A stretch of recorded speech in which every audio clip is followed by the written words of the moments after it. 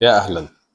طبعا كلنا سمعنا عن مشكلة البنزين وعن ترمبات البنزين اللي الناس كلها عمالة بتغيرها اليومين دول، ومحدش عارف ايه المشكلة بالظبط، محدش قادر يوصل. اللي بيشيل بيلاقي رواسب كتير، اللي بيقول البنزين فيه مية. وطبعا انا شفنا حاجات كتير، ناس بتقول يا جماعة اعملوا كذا اعملوا كذا، فاحنا هنقول حاجة بسيطة جدا، تجربة مش هتحمي قوي، بس على الأقل إن شاء الله إن شاء الله ما نعملها ممكن ان هي تخلينا ما نوصلش لمرحله الترومبه تبوظ. طيب ايه هو الموضوع دوت؟ ان احنا هنستخدم حاجه اسمه فولايزر. ده هو سائل بيتحط في الخزان بتاع الوقود او تانك البنزين. ده فايدته ان هو بيمنع التكتلات الشحميه والتكتلات اللي هي الكربونيه اللي موجوده اللي بتتكون، وبيبدا بيعمل ريفرشمنت كده للبنزين. يعني لو في نسبه رطوبه بتروح، لو في تكتلات شحميه او تكتلات كربونيه بيضيعها.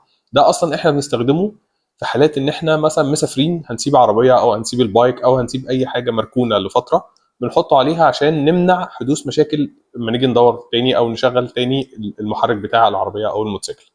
تمام. فالفول ستابلايزر ده موجود منه هنا في مصر، هتلاقوه في الماركتس موجوده بتاعت العربيات والحاجات اللي بتبيع، يعني الاكسسوارز والمعطرات والحاجات بتاعت العربيات هتلاقوها موجوده فيها. كذا شركه منزلاه، يعني هتلاقوا منه في موتيل، هتلاقي منه في ليكوميلي، هتلاقي منه حاجات، بس اهم حاجه تتاكد ان هو ستابلايزر، فول ستابلايزر. طيب في ناس كتير جدا طالعه بتقول يا جماعه استخدموا الايثانول، الايثانول يلا بينا نستخدم ايثانول والحاجات دي. الايثانول احنا اتكلمنا عليه قبل كده.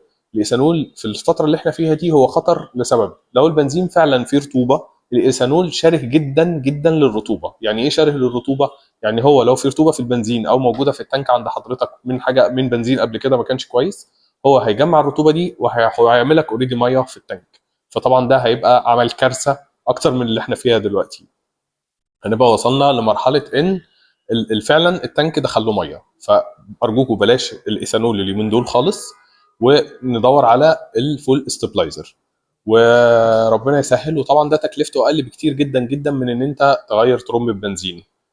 ربنا يستر علينا كلنا. دمتم سالمين.